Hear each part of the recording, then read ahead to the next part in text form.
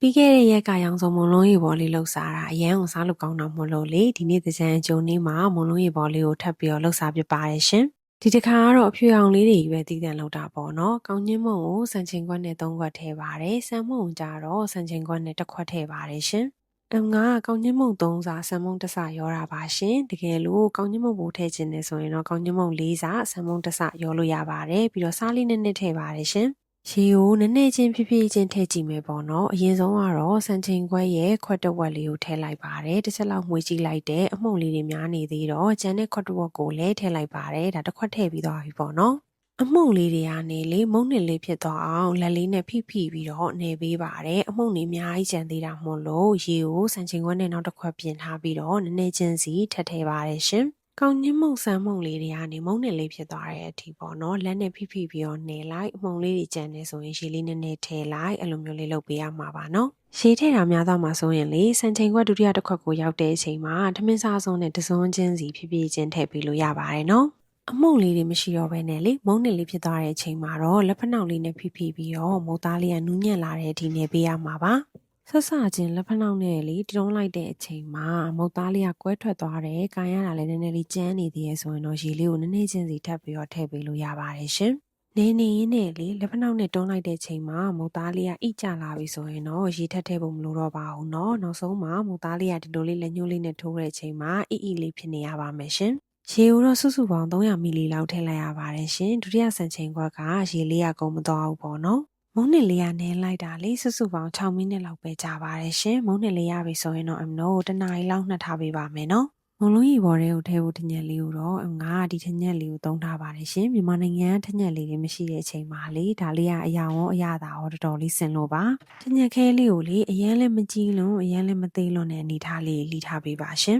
ထညက်ခဲကအရန်သိရင်ကြတော့လေလေပြုတ်လိုက်တဲ့အချိန်မှာပျော်သွားနိုင်ပါတယ်ထညက်ခဲကအရန်ကြီးရင်ကြတော့လေမုံနစ်ထဲကနေထွက်လာနိုင်လို့ပါရှင်ထညက်လေးလှီးပြီးသွားပြီဆိုရင်တော့လေအပေါ်ကနေဖြူးစားဖို့အုံးသီးလေးကိုပြင်ပါမယ်ရှင်အုံးသီးလေးကိုထချမ်းချမ်းပြီးတော့အမြင်လေးဖြစ်သွားအောင်လို့ချစ်ပေးထားလိုက်ပါတယ်ဒါဆိုရင်ကတော့အပေါ်ကနေဖြူးစားဖို့အုံးသီးလေးလည်းရပြီပေါ့နော်မုံနစ်လေးနဲ့ထားတာလေတနိုင်လောက်ရှိသွားပြီဆိုရင်တော့အမနိုးမုံလုံးလေးစပြီးတော့လုံးပါတော့မယ်ရှင်မုံနစ်လေးကိုအနီတော်လေးဒီလောက်လေးယူလိုက်တယ်ပေါ့နော်ပြီးရင်အရင်ဆုံးတစ်ခေါက်လုံးပြီးတော့မှလက်ညှိုးလေးနဲ့ဒီလိုအရာလေးပေးလိုက်ပါတယ်အဲ့ထဲကိုထညက်ခဲလေးထည့်ပြီးတော့သူ့ကိုမုံနှစ်တေနဲ့အကုန်လုံးလုံသွားအောင်လို့ပြန်ပြီးတော့ဖုံးပေးလိုက်ပါရှင်ထညက်ခဲလေးကိုလေတက်နိုင်သမျှမုံနှစ်ရဲ့အလဲလေးမှာရအောင်လုပ်ပြီးတော့ဘေးပတ်လေးကိုဖုံးအောင်လို့လုံထားပေးပါနော်မဟုတ်ရင်ပြုတ်လိုက်တဲ့အချိန်မှာထညက်တွေထွက်လာနိုင်လို့ပါရှင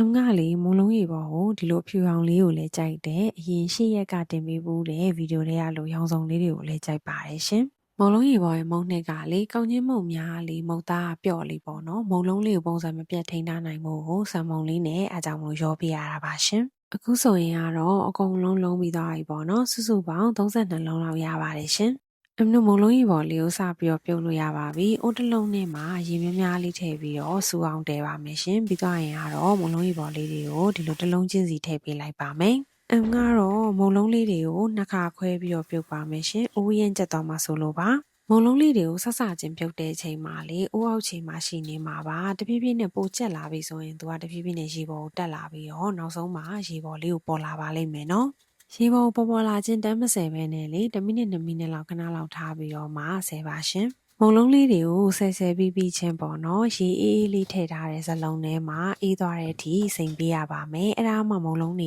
တစ်လုံးနဲ့ကတ်မနေမှာပေါ့နော်မုံလုံးလေးလုံးဝအေးသွားပြီဆိုတော့မှရေထဲကနေဆယ်လိုက်ပါရှင်အဲ့ဒါဆိုရင်ကတော့စားလို့ရပါပြီနော်မုံလုံးရေပေါ်လေးကလေပေါင်ပစ္စည်းလဲနေတယ်ပြင်ရဆင်ရတာရောလုံးရတာရောအရင်မခတ်ဘူးပေါ့နော်အိမ်မှာအလွယ်တကူလေးလှုပ်စားလို့ရပါတယ်အခုဆိုရင်ကတော့ဒုတိယတစ်သုတ်ပြုတ်တာလည်းပြီးသွားပြီပေါ့နော်အေးခံပြီးတော့ရေလေးတခြားစစ်ပြီးသွားပါပြီရှင်အပေါ်ကနေဒီလိုမျိုးအုံသီးပတ်လေးတွေဖြူပေးလိုက်ပါမယ်ဒီချိုးစားလေးနဲ့လှုပ်ထားတဲ့မုံလုံးရေပေါ်လေးကလေအရန်ကိုစားလို့ကောင်းပါတယ်အရန်လည်းမမဘူးအရန်လည်းမပျော့ဘူးခိုက်လိုက်ရင်အီဆက်ဆက်လေးနဲ့ပေါ့နော်အထက်ကထညက်လေးကလည်းမပျော့ဘဲနဲ့တကယ်ကိုရတာရှိပါတယ်ရှင်တကယ်လို့အိမ်မှာမုံလုံးရေပေါ်တွေပို့နေရဆိုရင်လေရေခဲတတာထဲမှာတင်ထားလို့ရပါတယ်နောက်ရက်မှမိုက်ခရိုဝေ့ဖ်လေးနဲ့နှွေးပြီးတော့ပြန်စားရင်အီဆက်ဆက်လေးနဲ့စားလို့ကောင်းပါတယ်ရှင်ပျော်စရာကောင်းတဲ့သကြံကာလလေးကိုဖြတ်သန်းနိုင်ပါစေနော်အမတို့ရဲ့နောက်ဗီဒီယိုကြီးကြမှာပြန်တွေ့ပါမယ်ရှင်